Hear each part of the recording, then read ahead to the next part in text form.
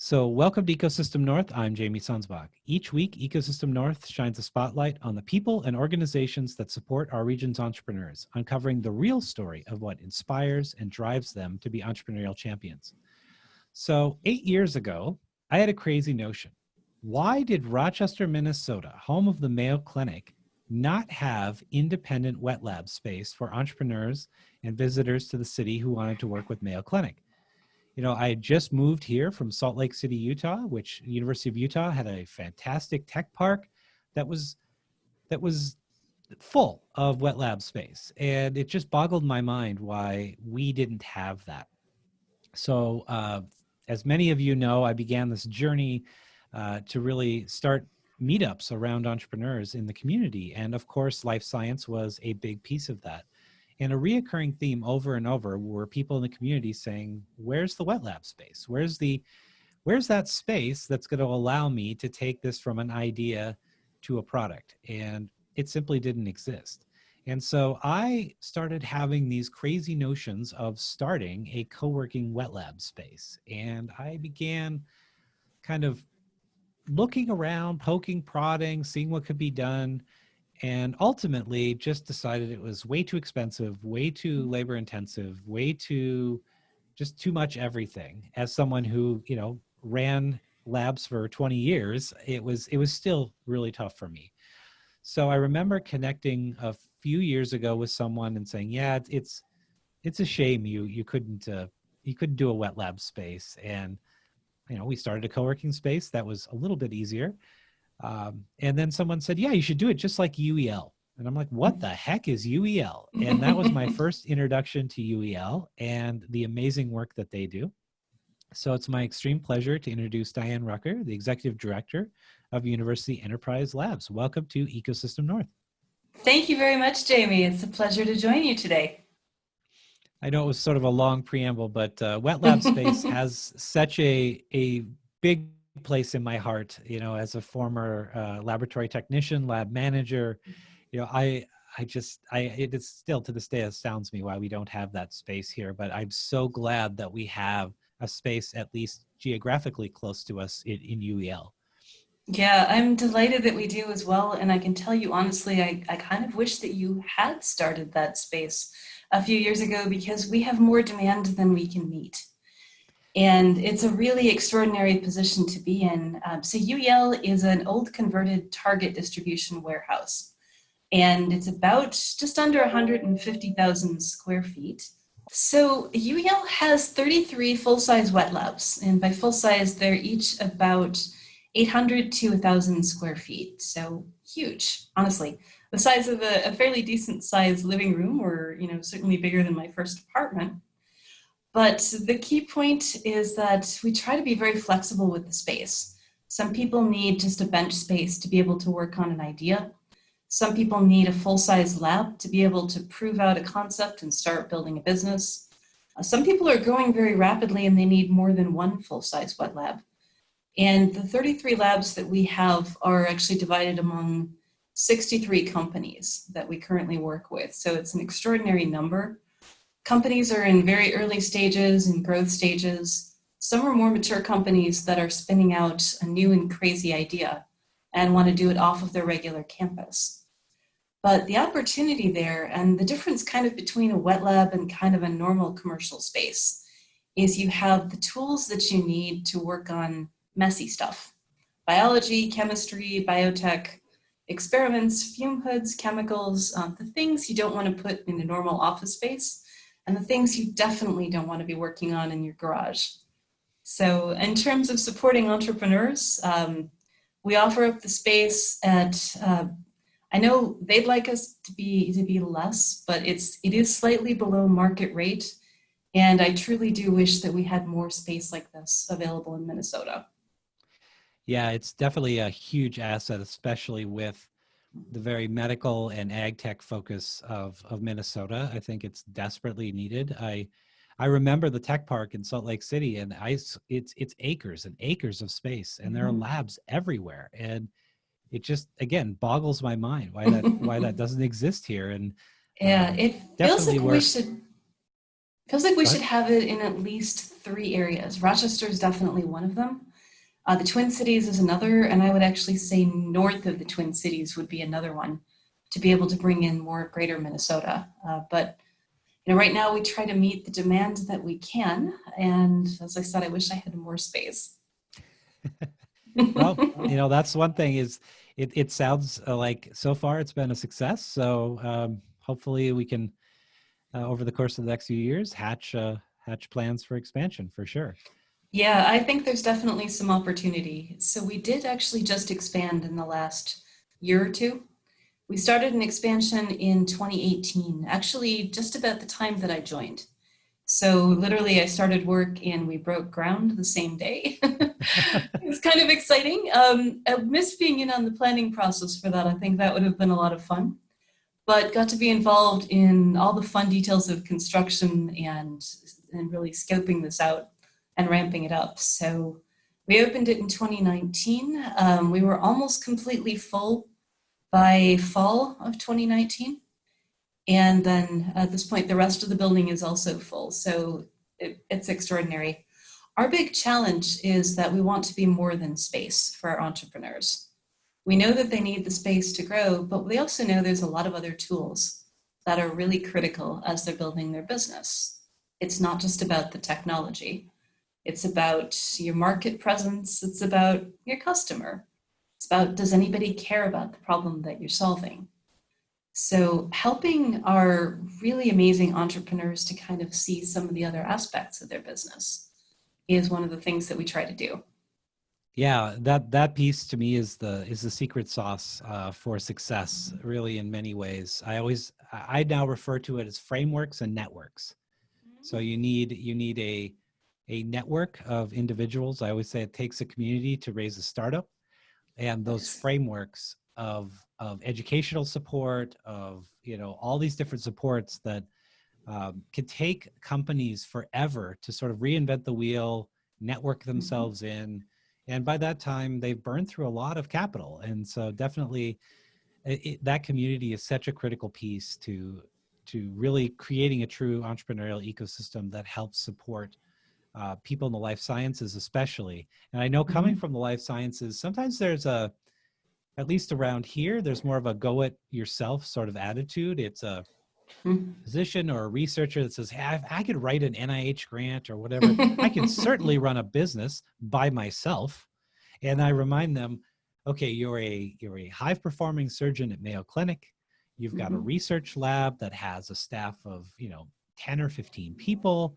And now where are you going to fit in the time to start a company that you believe will change the world?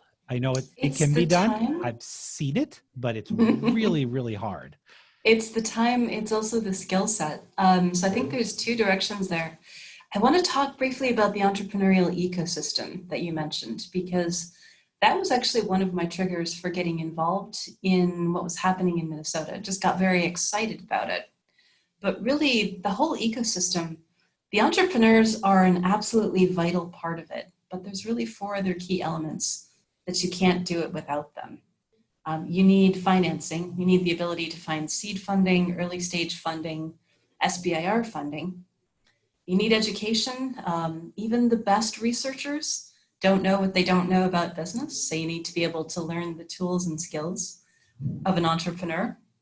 You need corporate support. You need corporations that are willing to share mentors, to potentially invest in new startups, to buy what they're selling, to be willing to open that up to smaller businesses.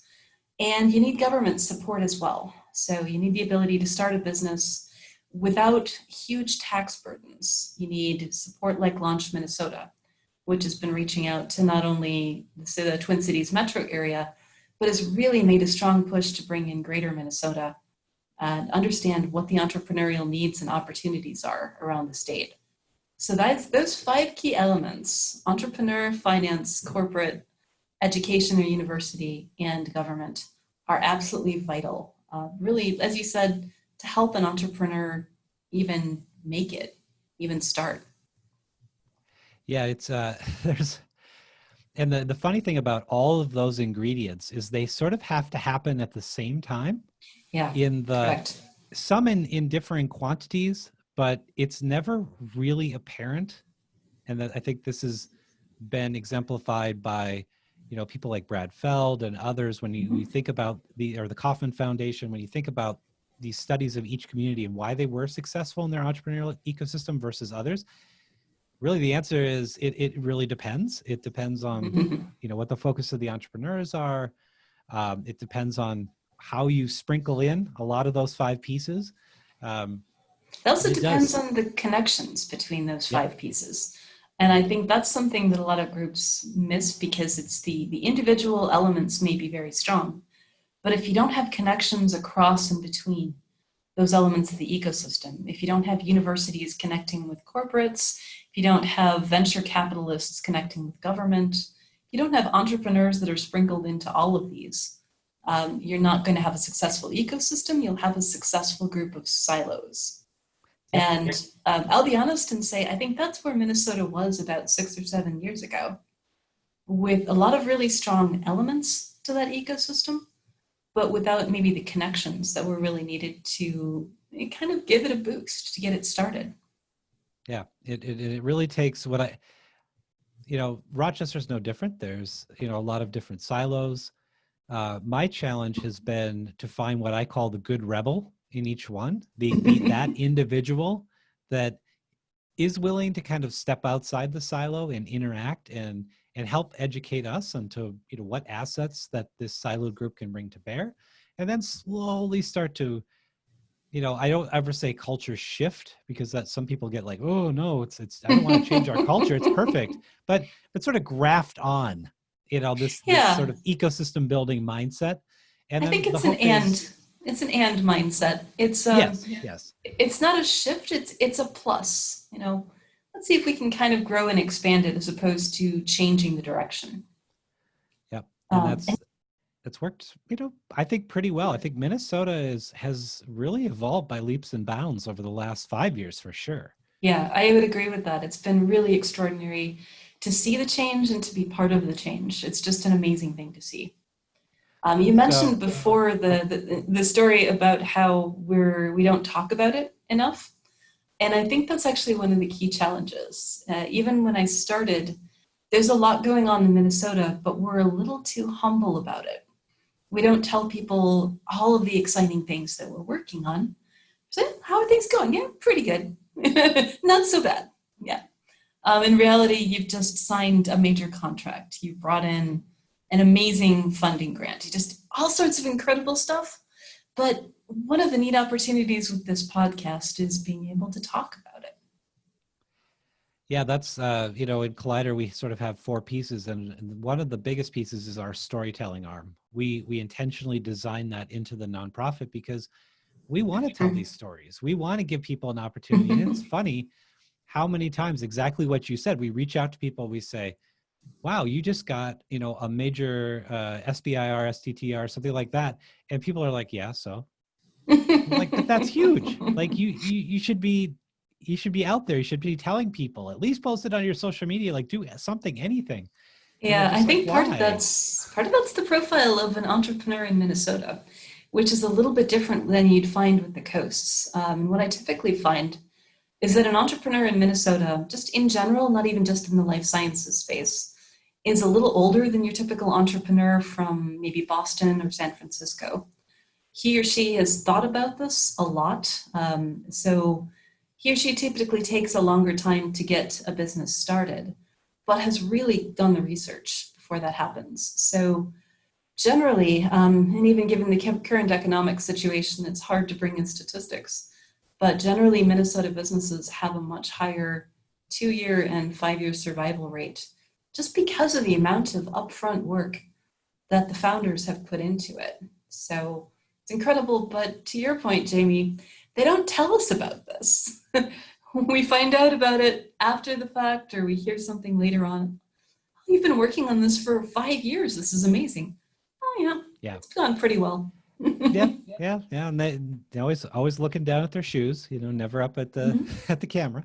But yeah, that's why, we're just trying to really push and to really tell these stories. And it's been a fantastic journey so far, because we've heard so many amazing stories of individuals who are doing amazing things. And yeah, That word to any entrepreneur out there, brag a little more. I'm not saying go nuts, right? Just a tiny bit more. That's what we want from you. Just a little bit more, even just create a social media account.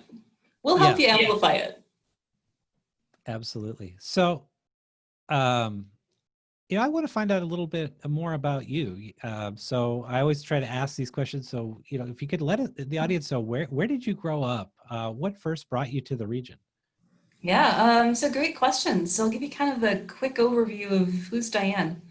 I grew up in Michigan, so not too far away. I will say that Michigan tends to be a lot less excited about cold weather than Minnesota does, even though I would say the climate's not that much different.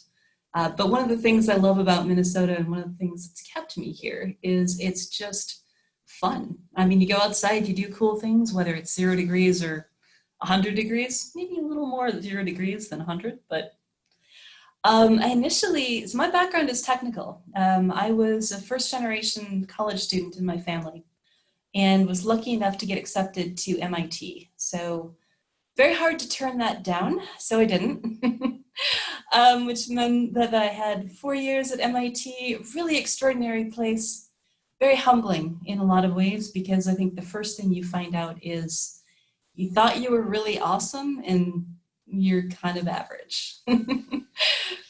On the positive side, that helps you define yourself in a little bit different way and find out what it is that you're really good at and what you're really passionate about. So I would say my career for about the first 15 years or so was probably pretty straightforward. I worked for General Motors for a few years in the automotive industry. I was recruited to come out to Minnesota in the late 90s to work at Seagate Technology. And at Seagate, I very quickly advanced into management. So I haven't done any engineering work per se for probably over 20 years, but have had a really interesting opportunity to work in a couple large companies and get a very interesting view of kind of the entire technology development process. From very early stage, we've got to invent something because we're going to need it, all the way through high volume. We need to make several million of these a day. How do we do it? But kind of in the course of that, recognizing that my training was more technical than business related, it's like, I don't know how to read a financial statement. I mean, I can figure it out, but I don't know what I don't know. So I decided to go back to school. The short story on that one is I went back to MIT Sloan for an executive MBA program. The slightly longer story is they turned me down flat the first time and I had to talk them into it. That's a skill of an entrepreneur right there. I'd say that's a really critical moment for me, because at that point, one of the questions they asked me was to tell me about my experience as an entrepreneur. And you've heard my story. I said, I'm not an entrepreneur. I've never started a business. I've got big company experience, but I'm looking to grow in my management and leadership skills. And they kind of said, thank you, goodbye, more or less. And that was actually a point when I really had to say, did I answer the question correctly? Is that really who I am? Or is there more to me? Is there more to my reasoning than this? And I've told this story a couple times, so apologize to any listeners who've heard it before. But I really had to redefine entrepreneurship as not just starting a business, but having a strong passion for something, a willingness to change something, and the ability and the excitement to bring other people along with that passion. And so when I kind of asked myself the question again of what's my experience with entrepreneurship, it's like, I am an entrepreneur. I have a passion for change. I know what I want. I want to be part of this, and I want to be part of this community. So that's kind of how I talked them into it. That's super powerful. That's I was thinking about one of my favorite books that no one gives him credit for is Reid Hoffman's The Startup of You, which basically is doing just that, thinking of your own life as a startup and how you do that. So I love that you were able to blend that together and say, no, I am an entrepreneur, darn it. A little stronger language, but yes. Anyway, when I went back, that was made me kind of exactly prime for jumping into MIT's ecosystem, which is extraordinary. And some of the opportunities that opened up to me had made me realize that I was really good at technical management, but I was better at some of the other things that I wanted to do. So at that point, I decided to change my career direction, pivoted completely, left Seagate in 2014 and started working on entrepreneurial ecosystems. So I had an extraordinary opportunity right after graduation to work directly with MIT and Harvard on a joint sponsored program. It's called Regional Entrepreneurship Acceleration Program. Very poorly named acronym, so it's reap.mit.edu. Yeah, I was actually thinking through that, and I'm like, ooh. Yeah, so I usually explain the words first before I go with the REAP program because it's just not fun. But what the program did is it introduced me to a number of regions around the world who were interested in kind of boosting their entrepreneurial ecosystems. And not only bringing in those 5 key elements that we talked about before, the entrepreneurs, corporations, government, financing, and education, but building teams around those to get together in a series of workshops to work together and learn from each other, but also to figure out what problem they were actually trying to solve. Are you trying to get more people to start businesses? Do you want more people to succeed at businesses? Is there a particular vertical that you're really good at or that your region has an area of expertise in, which would be a good place to start? And Rochester, for example, thinking about the Mayo Clinic, the medical technology and medical research that takes place, it's an amazing vertical. And we in the Twin Cities are lucky enough to be part of that as well. Other things that Minnesota is really good at, water quality. It's really important to us with 12,000 plus lakes. Things that we're also good at, logistics. We have some amazing companies that are working on it. Food and agriculture, thinking of Cargill and Ecolab specifically. Insurance, think about Securian, Allianz, United Health Group. So the types of verticals that a region has really indicates what successes they'll have in entrepreneurship. And again, you can either encourage those if you're a large company that really wants to seek out innovation, or you can discourage those if you're a large company that doesn't want to be disrupted. I think we're lucky that we have companies that recognize the value of innovation. But Yes, absolutely. working with MIT and Harvard on this project, what we were trying to do was take a program that had worked in London, in China, in Veracruz, Mexico, in Turkey, in New Zealand, and a number of other places, and try to bring it back to the States. So I got a chance to work with the 2 first cohorts of the program to kind of put together some lessons learned on it, getting a chance to interview each of these, and then to participate in some work that took place in London as an ecosystem expert, looking at the value of space, of connections, of entrepreneurs and opportunities. So a fabulous way to kind of start my career pivot, led to a few other very interesting things as well. But my real love and my real excitement was just looking around in Minnesota and saying, we've got all of the elements here. Why isn't it working better? And I think that really ties back to about 5 or 6 years ago when things started to change. And I think that I was part of that. I think I asked a lot of the right questions to maybe a lot of the right people. I don't think I necessarily changed it myself, but in an ecosystem the size of Minnesota, it's not one person, it's many, many people with a commitment to, we want this to be better and we're going to make it happen. Yep, that's you put a beautiful bow on that. I think it's definitely we have very similar paths for sure. My only issue was when I got into my MBA program, I sat around the room with 99 other students, and the first poll we had day one was, who wants to be an entrepreneur? And I vote, yes, me. And the results came up on the screen in front of everybody, and there was 99 people who said no and 1 who said yes. And I said, I don't think this program's for me. So I jumped into my first startup. I said, I'd rather take that money I'm paying for tuition and run it or put it into a startup, because Yeah. It was clear that the writing was on the wall for me. But it's funny how people get to this profession, quote unquote. I think it's getting there, of actually being acknowledged as a profession of ecosystem building. And people come from very, very different routes to get there. So it's really cool to hear your journey and path, because it's definitely different than mine and different than many others I've talked to as well. So that's really amazing. One, since you've done a lot of that work, one thing that we struggle with a lot here in Rochester is putting some metrics behind the work of ecosystem building. And a lot of times what happens is different organizations, of course, have different metrics by which they judge themselves. And then those sort of get projected into the ecosystem writ large.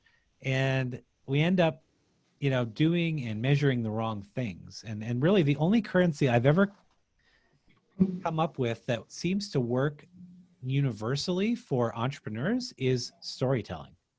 Telling these great stories of success. But I'd be curious if there are any earlier stage metrics that really seem more universal to ecosystems that maybe we could implement here in Rochester. Yeah, there's a few that are useful. So one that's kind of unusual is I'm going to distinguish between types of entrepreneurs, both of which are equally necessary. There's a small or medium entrepreneur, someone who decides to start more of a local cluster business. And by that, I mean something where you expect most of the customers to come in from your surrounding area. It's a neighborhood business. It's a dry cleaner. It's a restaurant. It's a small shop that someone creates. So those local clusters, some of which have opportunity to grow beyond that, are typically the small and medium enterprises. And I distinguish between the innovation-driven enterprise, which is more of a scalable entrepreneurial opportunity. Most of the things that we look at in life sciences, in medical technology, in research, are more innovation-driven enterprises. So one of the key metrics for a community is how much do you have of each of those?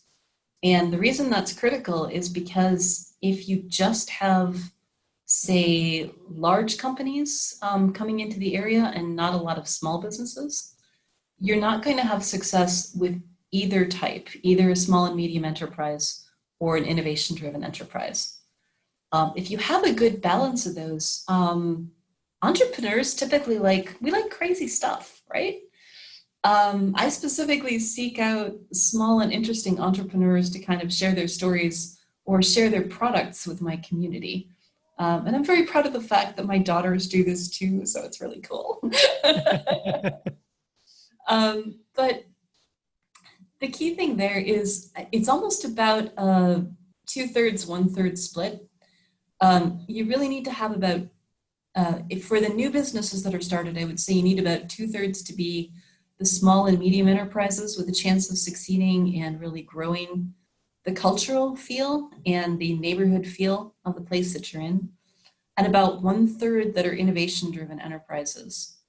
The first type, the small and medium enterprises, usually have an initial cash outlay, but typically have kind of an upward ramp. It's not always as fast a ramp as the business owner would like, but usually you put a certain amount of cash in and then you're able to make a reasonable living from it.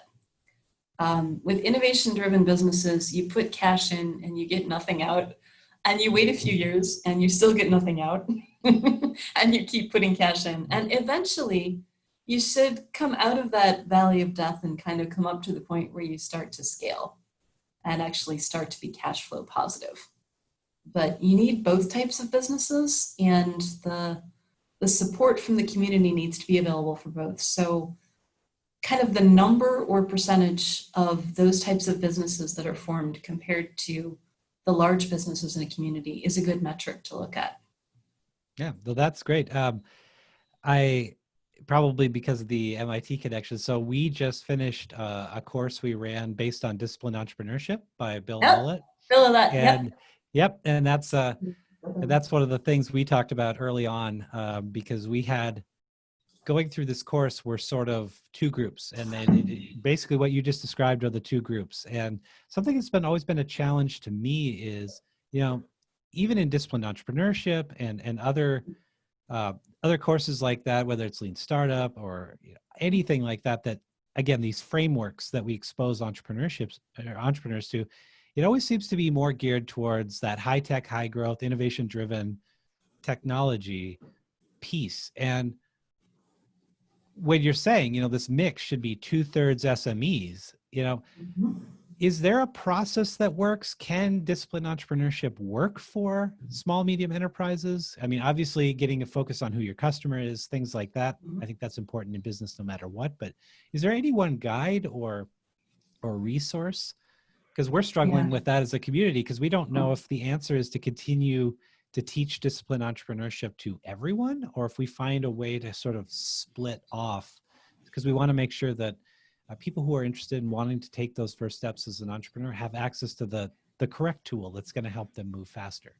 Yeah, so I was just grabbing my book. I know Bill very well. So not only did he teach the disciplined entrepreneurship while I was there, but I've had a number of conversations with him since then, just about the Minnesota ecosystem. The work I did with MIT was with Bill and with the Minnesota, or not the MIT Trust Center for Entrepreneurship. So the answer is disciplined entrepreneurship can absolutely work for any framework, whether it be a small and medium enterprise or whether it be an innovation-driven enterprise. However, and I'll put that caveat in there, Bill kind of describes it as 24 steps to a successful startup. It's also 24 ways to screw up a successful startup, depending on how you look at it. And I gave a talk on this about 4 or 5 years ago, just the importance of failure in entrepreneurship. But the key point is, regardless of the type of entrepreneurship you're pursuing, you're going to get stuck somewhere. And the question isn't whether the framework can help you, it's whether you can find someone, a support team, other entrepreneurs who've been through this, who can help you get past the area where you're stuck. And from my experience, I would say there's kind of 3 key areas where people get stuck. Customer discovery is one of them. Feeling like you think you know who the customer is, but not necessarily going out and talking to actual potential customers to make sure Oh my God, you have to talk to people? No, don't do that. Oh yeah. And I think that's especially true for the technologists. We have a really cool technology. People will want it. What does it do? Well, they're going to want it. No. Tell me more. I think the second piece inherently is funding. But I will say that funding can actually be more of a burden than a benefit. If you get funded too quickly, you'll do everything and not necessarily force yourself to focus on the things that are absolutely critical. And I think that's really important, whether it's a small and medium enterprise or an innovation-driven business. You have to be very careful about what you choose to pursue. And that's really the advantage of the framework, is it forces you to say, I'm going to do this and not that. And those decisions are hard. It feels like I could do this. Everybody could want this. Well, there's so many opportunities. Like, yeah, focus. And then I think the third piece of that really is what you talked about earlier, and that's the network.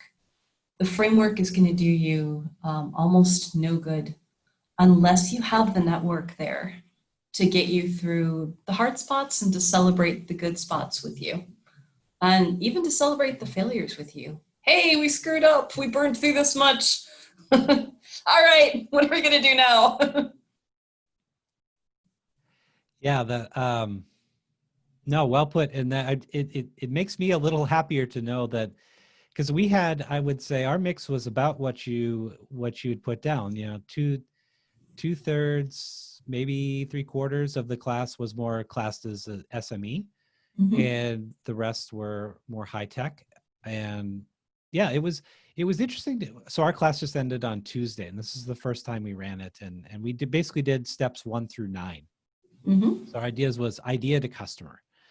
And it was interesting to hear the response. We thought, oh my God, people are going to say this wasn't for me, because they're reading a textbook that says you don't have a real market unless a beachhead market if it's not like $3 to $9 million a year. And if you have a coffee shop, it'd be good if you were doing $3 to $9 million. So we were wondering what the feedback back would be. And what you alluded to earlier, the focus piece, was the one thing that people took away time and time again of everybody in the class. They're like, you taught me to stop, um, basically jumping at everything that presented itself, and said, no, Right. this is, I now know my customer. I now know the beachhead market that I need to storm and take, and everything else can just happen. I always taught, write it down in a notebook and then forget it, and then come back to it later on. If you're having trouble with that market, or you're thinking about what's the next market, but just kind of file it away, get rid of it. And that worked out really, really well. So just that intense focus and that ability to really understand who your customer is, I think was so essential to that group, for sure. It's so important. There's kind of another piece to it. It's both advice that I give to entrepreneurs and to job seekers, kind of similar advice, but it's to maybe write down everything that you're good at. And then for job seekers, I usually ask them to circle the things that you like doing. Because when you're looking for something new, what you don't want to do is go back and do the things that you've hated, even if you're good at them. Unless you have to for some reason, in which case, keep looking.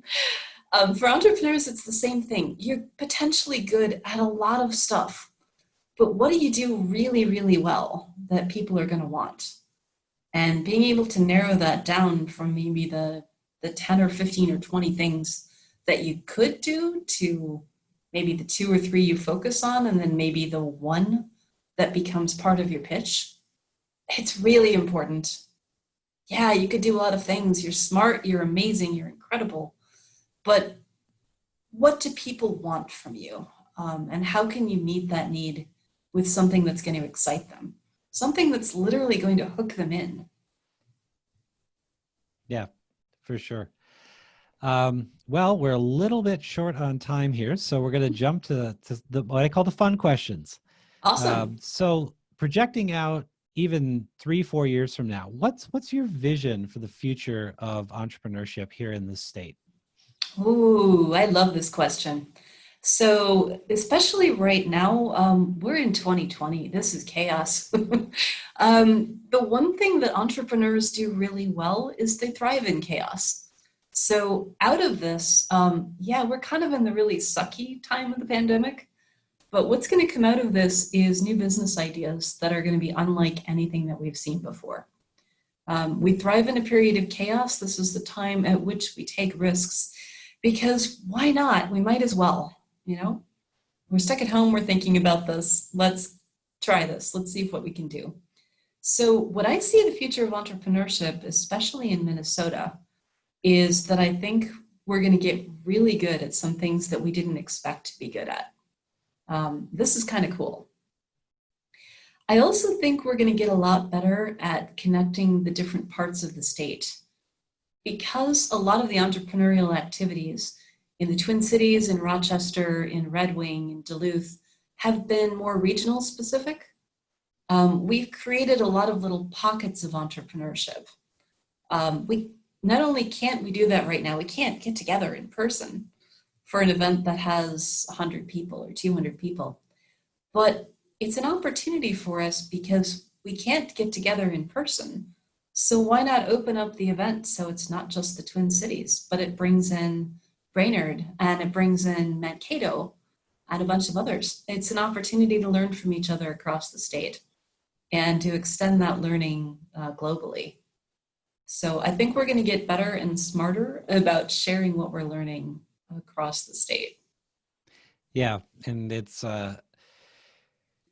been very positive so far. I know that we put on our own entrepreneurship week here, and we just had a discussion today, and who knows if this is public knowledge or not, but we're decided not to do it because we're so in love with what the Twin Cities is doing in their startup week.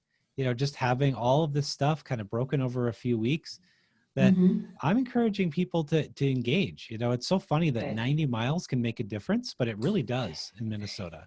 It shouldn't make a difference, but I have to tell you, one of my biggest surprises, moving from the Detroit area where everyone drives everywhere to Minnesota, to realizing that people from St. Paul don't go to Minneapolis and vice versa. Really? Yeah, it is so funny. Yeah. I don't understand. So I do. I really enjoy it. But And I always my joke that Rochester is basically you could drive anywhere in 15 minutes and you're at the edge of town. So it's even more compressed here. People still yeah, don't want to go that far south because it's so far away. I know it's a perception thing more than anything else. But with so much of what we're doing being virtual, that distance doesn't matter as much. And then when we have the opportunity to meet again in person, the relationships will already be there, and we can build on those. So I think Absolutely. that's a really extraordinary opportunity for Minnesota. Um, Getting together virtually kind of boosts us out of our comfort zone, and it forces some interactions that are unexpected. And that's usually where we grow. Yep, absolutely. So the next question would be, what is one thing that people may not know about you? I always like to uncover those hidden Hmm. gems of, these fantastic ecosystem builders like yourself. And I always like to try to, so I just interviewed Patrick Donahue this week Yeah. of Hill Capital, and I had no clue he was a ski instructor. So just these little things I love to find out more about our ecosystem builders in the state of Minnesota. Well, I can share a couple of fun ones. Kind of the easy, more predictable one is I have an awesome husband who I met at MIT and three amazing daughters. That's less unexpected, though. I would say unexpected is I've run 2 3/4 marathons. The 3/4 was a do not finish, but the other two, one in Australia and one in the Twin Cities. Nice. Um, I'm an occasional triathlete, and I got to say, what you find out very quickly is that there's a special name for the last person who finishes a triathlon, and that is the triathlete. You are a triathlete even if you come in crawling over the finish line. So really extraordinary to myself to redefine myself that way. And I would say I'm also very new to athletics. I did not really start running or swimming or biking until after my daughters were born. So for anybody out there who's wondering if you can get started, you can absolutely start at any time. Let's That's see, one other amazing. crazy thing. I went to an all-girls high school, and my guidance counselor told me that biology was too hard for me and I should take home economics so I can Uh, cook and sew. that hurts. Even when you say that, that hurts me. It's painful. I, uh, you know, I'd sort of like to go back and be like, look, there was more opportunity than you realized. yes, But, absolutely. I found that, and I think that's probably more important than her seeing it.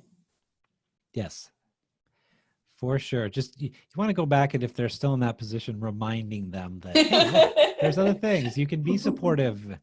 That's my daughter's same thing. I'm she, I don't know if it's just because my wife and I both came from the life sciences. She's like, I don't want to have anything to do with science. She's like, I'm an artist. And I'm like, sure you are. And then over the course of the last 3 years, she's become an amazing artist.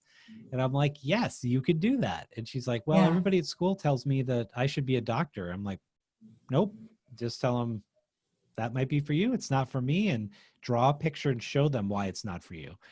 Yeah. I know. I love it. I'm really excited to see what my daughters are choosing to pursue. One of them, so nominally, her field is cybersecurity and ethical hacking, but she's in the process of working on a graphic novel adaptation and is submitting to publishers. So, again, a completely different opportunity. Yep. One of my daughters is an extraordinary artist with a really strong interest in environmental sciences. So, she's kind of balancing both of those. And my youngest daughter is exploring everything from cosplay to voice acting. And it's just super fun to see what she does with that as well. And I hope she doesn't do what I do because it was my choice, not theirs. Yep. For sure. Sometimes we, especially in communities like this, I always say we're a factory town, really. Our product is just medicine. And so, there's a strong draw from even the public schools to sort of route people in those directions. Yeah, obviously the biology programs here are very nice. We have elementary schools with zebrafish in them. It is quite geared towards that. So I was actually pretty proud when my daughter said, "No, they're really pushing me, Dad, but I'm not doing that. So I'm like, good, you be you. And Yeah, that's amazing. And you're going to do great. I know you are. good for her. That's awesome. So, my second to last question is, who's doing great work to support entrepreneurs in the region, but maybe is not broadly known? Ooh, well, you already mentioned Twin Cities Startup Week, so I'm guessing you're well familiar with Casey Schultz, who is Yes. fantastic. A couple that I'll mention, Jackie Mejia works with us on the G-Beta MedTech program, and she's a new managing director for Generator. She's really quite incredible. I'm excited about Reed Robinson and his work with Groove Capital, so I'm really looking Yep. forward to seeing what's happening there.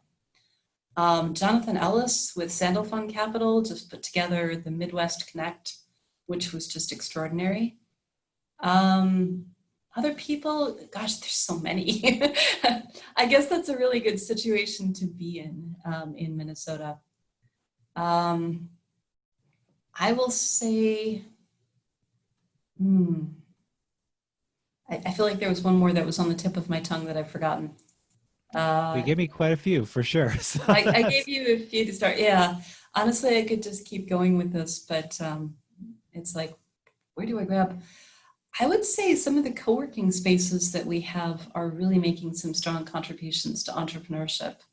So I'm specifically thinking of the Coven, which yes. seeks out women and non-binary entrepreneurs, and that's a really extraordinary service that they provide because it's groups that haven't found their connection yet and are starting to, and it's awesome.